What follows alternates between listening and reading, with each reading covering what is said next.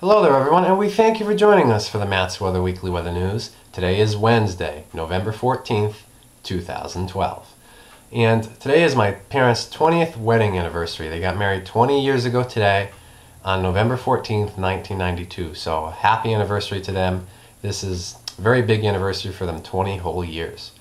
And also, this is really the first quiet week in the news and weather department in like the last 3 weeks or so. Like it's, from talking about the hurricane, talking about the nor'easter, there's just been a lot going on. And this is the first quiet week. There's really not all that much to talk about in the news or weather department this week.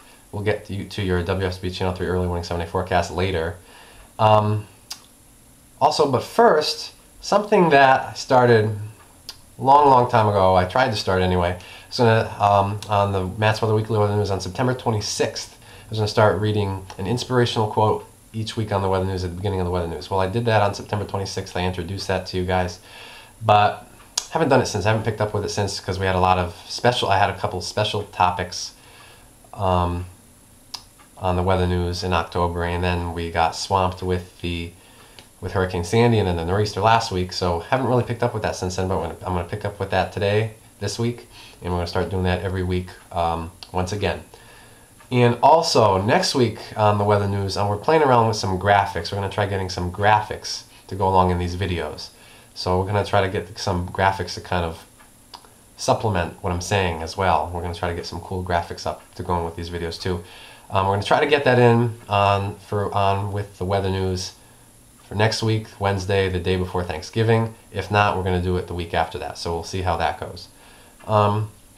Okay, so let's do the inspirational quote first, and then have a passage from the 1954 Farmer's Almanac. Also, we did the Farmer's Almanac. Last time we did the Farmer's Almanac was October 3rd, so over a month ago. So I told you last time we did the Almanac on October 3rd, we're going to start jumping around a little bit with the Almanacs. I have a bunch of Farmer's Almanacs from like a 50-year range, so we're going to kind of jump around through all the 50 years and kind of pick things to read, pick and choose things kind of at random.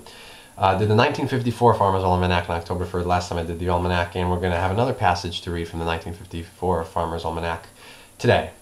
But first, the best years of your life are the ones in which you decide your problems are your own. You do not blame them on your mother, the ecology, or the president. You realize that you control your own destiny. That quote from Albert Ellis. So I like that quote. That's a very good quote. Okay. Alright, and now from the 1954 Farmer's Almanac, we have passage from November hath 30 days. There are many ways to make money on a farm, and more ways to lose it. But a good Yankee farm is sure to make money. I went over one like that the other day in Vermont, not far from the Canadian border. It was about everything a sound, conservative New England farm should be. They've never lost money up there after 4 or 5 generations of farming on 400 acres of rich hilltop land. Leonard has a herd of about 20 milking jerseys, most of them registered, but all of them dropping milk like mama from heaven. He's got a few hundred chickens, a few thousand during the war, a couple of brood sows, a team of workhorses, as well as a tractor with all equipment. His acres are deep, rich loomed ones that he has been expanding with a bulldozer. His pastures are a rock, hard hack, and thistle free, and this goes for his mowings. The yield on the latter are so heavy that he needs only 1 acre to make lay for each cow.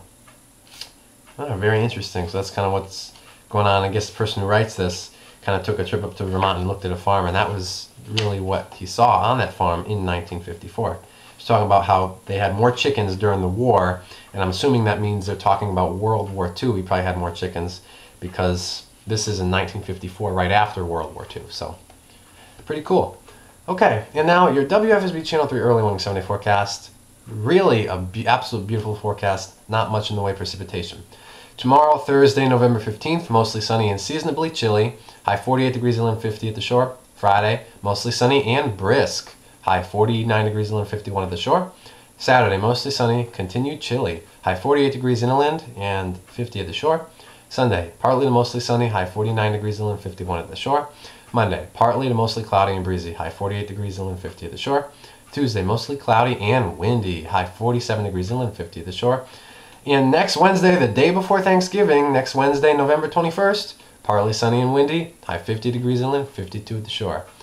We have no guest viewer segment for tomorrow. If you're interested in being a part of the guest viewer segment, please email me at mattsweather1, the number 1, at AOL.com, or any other way that you know how to get in touch with me. If you're at all curious about being involved in that, please let me know. I've only had 2 guest viewer segments ever since I started this segment back in, I think it was like the beginning of August. We had one of them, we had one segment back in the beginning of August, and then we had one in September. So if you're at all interested in that, just let me know. And that'll do it for the Matt's Weather Weekly Weather News this week. We'll see you next week on Wednesday, November 21st, the day before Thanksgiving.